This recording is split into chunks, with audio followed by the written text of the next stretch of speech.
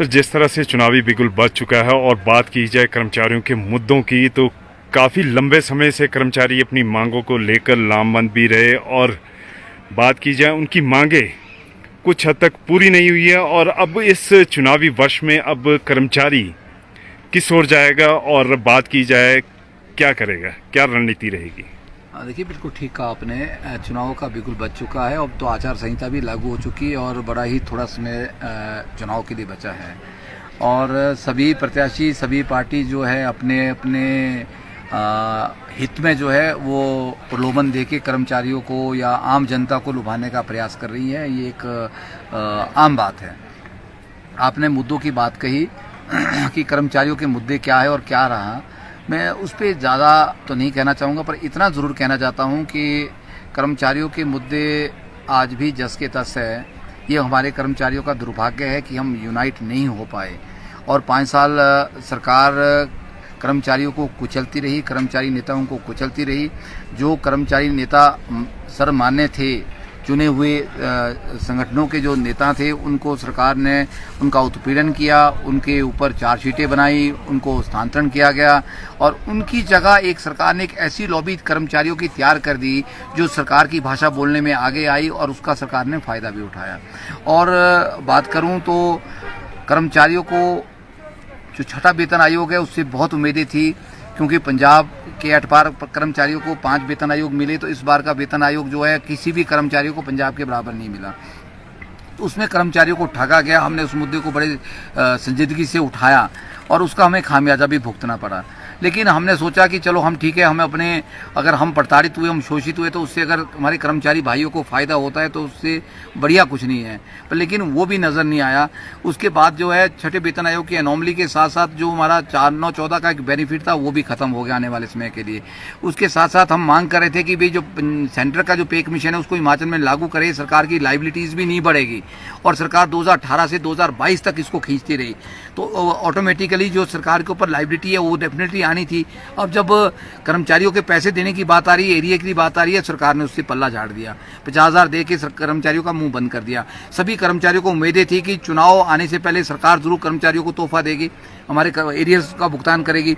यहाँ तक ये तो इतिहास में पहली बार हुआ है कोई भी सरकार चुनाव में जाने से पहले डीए नहीं दे सकी है। तो 7% डीए भी हमारा बकाया है और कर्मचारियों का जो अलाउंसेस है, भत्ते है, उनका भुगतान, उनकी अदायगी जो है, एरियर्स की जो बढ़ोतरी होनी थी पे कमीशन के साथ साथ, वो नहीं हुई है। तो इस तरह कर्मचारियों के अनगिनत मुद्दे हैं। एसएमसी टीचर्स है बेचारे, उनका शोषण हुआ है। और उसके साथ साथ आप अगर बात करेंगे आउटसोर्स की, उनको एक बड़ा रास्ता दिखाने की कोशिश की गई कि आउटसोर्स के लिए पॉलिसी बनाएंगे, हम नीति बनाएंगे, उनको नियमित करेंगे, विभागों में मर्ज करेंगे, वो नहीं हो पाया। कंप्यूटर टीचर 20 साल से शोषित है, वो नहीं हो पाया। और सबसे बड़ा मुद्दा एक जो पेंशन का है, उस पेंशन को लेके भी सरकार अपना रुख स्पष्ट नहीं कर सकी है। तो हम ये देखना चाह रहे हैं कि जो पार्टीज के मैनिफेस्टो है, उन मैनिफेस्टो में कर्मचारियों के कौन कौन से मुद्दे आते हैं, किन किन मुद्दों को पार्टीज उसमें एड्रेस करती है, और उसके बावजूद कर्मचारी अपनी रणनीति बनाएंगे। और ये कर्मचारियों के पास एक बहुत सुनहरा अवसर है और मुझे लगता है कि समय आ चुका है कि ये बताने का कि कर्मचारी हिमाचल प्रदेश के अंदर कितना अहम रोल रखता है, कितना अहम है कर्मचारी, और वो कितना जो है सरकार के अंदर जो है अपनी एक अहमियत को रखता है, भागीदारी सुनिश्चित कर सकता है। वो समय कर्मचारियों ने पहले भी इस बात को कई बार चिन्हित किया है, अपनी जो उपस्थिति है वो दर्ज की है, अपने प्रभाव को दिखाया है। और मुझे लगता है कि इस बार का चुनाव कर्मचारियों के इर्द गिर्द रहेगा। हिमाचल प्रदेश का कर्मचारी डिसाइड करेगा कि सरकार किसकी आने वाली है। तो मैं ज़्यादा कुछ नहीं कहने वाला हूं, पर इतना मैं ज़रूर कहूँगा कि 5 साल कर्मचारी बहुत शोषित रहे। जो बोलता था, बोलने की हिम्मत करता था, क्योंकि बोलने की आज़ादी यहाँ पर छीनी गई, ये एक बहुत बड़ी बात है। और हम उम्मीद करते हैं कि आने वाली सरकार, जो भी सरकार अभी सत्ता में आएगी, सरकार सत्ता में वो आएगी जिसको मैंडेट मिलेगा। वो मेरे कहने से या किसी और के कहने से सरकार सत्ता में नहीं आ सकती है, क्योंकि 68 एमएलओ में आपको 34-35 एमएलए चाहिए। वो जीतेंगे जिसके साथ लोग हो गए, आम जनता होगी या कर्मचारी हो गए। पर जो भी सरकार सत्ता में आएगी उससे साथ भी हम अपने मुद्दों को दोबारा से रखें, क्योंकि हमारे सारे मुद्दे जो है आज हर वर्ग के मुद्दे जो है वो पाइपलाइन में है, कोई हल नहीं हुआ। कर्मचारी आज त्रस्त है। तो हर वर्ग त्रस्त है, मैं तो ये कहूँगा। तो मैं उम्मीद करता हूँ कि अगली सरकार जल्दी जो भी आएगी, सत्ता में बैठेंगी, वो कर्मचारियों के और बच्चों के, आम जनता के और यूथ के हित की फैसला ले। उसमें एक बहुत बड़ी उम्मीद जो पेंशन को लेके आ रही है, पुरानी पेंशन बहाली की है, उसकी बहाली हो, और बाकी जो मुद्दे, फाइनेंशियल मुद्दे कर्मचारियों के, उसके ऊपर सरकार सकारात्मक आगे जो है पहल करे। और इन मुद्दों के ऊपर ही चुनाव होने वाला है, मैं आपको इतना कहने वाला हूँ। अगर कर्मचारियों को इग्नोर जो सरकार करती आई है इससे पहले भी हिमाचल के इतिहास में, तो मुझे लगता है कि उनका हश्र क्या हुआ उसको मैं दोहराना नहीं चाहता हूं। तो आने वाला समय भी शायद ऐसा ही कुछ इंगित कर रहा है, मैं इतना कहना चाहता हूं। और कर्मचारियों से एक अपील भी करता हूं कि आप अवश्य ही अपने मत का, हर व्यक्ति, हर कर्मचारी अपने मत का प्रयोग करे। वो मुझे ये भी मैं एक संदेश देना चाहता हूँ, और हर व्यक्ति को जो अपने मत का प्रयोग करना चाहिए कि आपका मत डिसाइड करता है कि आपका भविष्य और प्रदेश का भविष्य, प्रदेश किस दिशा में जाएगा। आप सबकी ये जिम्मेवारी भी है, कर्मचारियों की भी है, और आप लोगों का आह्वान करें कि आप मत करें और सही दिशा में करें। और कर्मचारी, मुझे लगता है आज यूनाइट होने की ज़रूरत है। आप यूनाइट होकर जब लड़ेंगे तो हम आगे बढ़ेंगे, अन्यथा हर विभागों के अंदर जो है एक बहुत ज़्यादा हर जितने भी बोर्ड और निगम है वो घाटे की स्थिति में चल रहे हैं।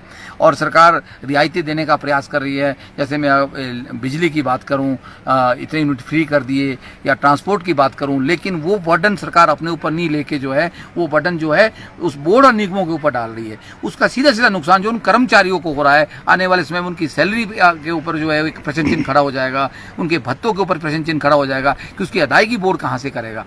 तो ये कुछ बातें हैं जिसके लेकर सभी लोग जो चिंतित है। तो मैं ज़्यादा नहीं कहूँगा। आप जो वीरेंद्र जी, एक बात पूछना चाहूँगा, बात की जाए जिस तरह से चुनावों की, तो कर्मचारी का एक अहम रोल होता है चुनावों में।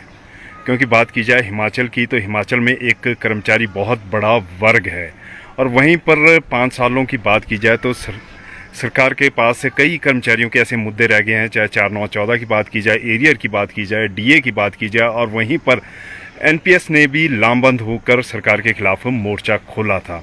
तो आपको क्या लगता है, अब जो मैनिफेस्टो में ऐलान होंगे उनको आने वाले समय में पूरा किया जाएगा, चाहे सरकार हो चाहे अन्य दल हो? देखिए, सबसे पहला काम तो कर्मचारियों का होता है निष्पक्ष चुनाव कराना।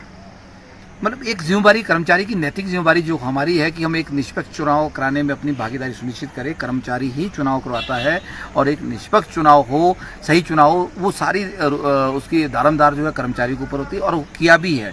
हिमाचल में बड़ा निष्पक्ष चुनाव होता है। हम ऐसी उम्मीद करते हैं कि एक स्वच्छ और निष्पक्ष चुनाव हो, कर्मचारी उसमें बढ़ चढ़ के भाग लेते हैं। ज़्यादातर शिक्षक का उसमें बड़ा योगदान रहता है, मैं अगर कहूँ तो। दूसरा, ये भी आपने सही कहा कि कर्मचारियों का एक सही सरकार को चुनने में भी बहुत बड़ा योगदान है, जैसे मैंने अभी कहा। और ये भी सही है कि हमारे मुद्दे जो है कोई हल नहीं हुए। आपने जो मुद्दे गिनाए वो मैं आपको गिना भी चुका हूँ, वही मुद्दे हैं जिन मुद्दों को लेकर हम संघर्ष करते रहे, और हमने बहुत संघर्ष किया। ये भी सही है कि मैनिफेस्टो में, बीजेपी के मैनिफेस्टो में बहुत सारी बातें थी, और वो सारी बातें जो है नहीं पूरी हो सकी है। उसमें कुछ भी पूरा नहीं हुआ। सिर्फ एक मैनिफेस्टो की बात थी कि हम कॉन्ट्रैक्ट पीरियड को 3 साल से 2 साल करेंगे, वो भी 5वें साल में बीजेपी ने किया है। तो ये बात तो सही है कि जो चुनाव घोषणा पत्र में बातें आती है उसको सरकारें जो है भूल भी जाती है, लेकिन कर्मचारी संगठन उसको लगातार उसके ऊपर प्रयास करते हैं कि हम उसको सरकार के ध्यान में लाए, और हमने लाया भी है।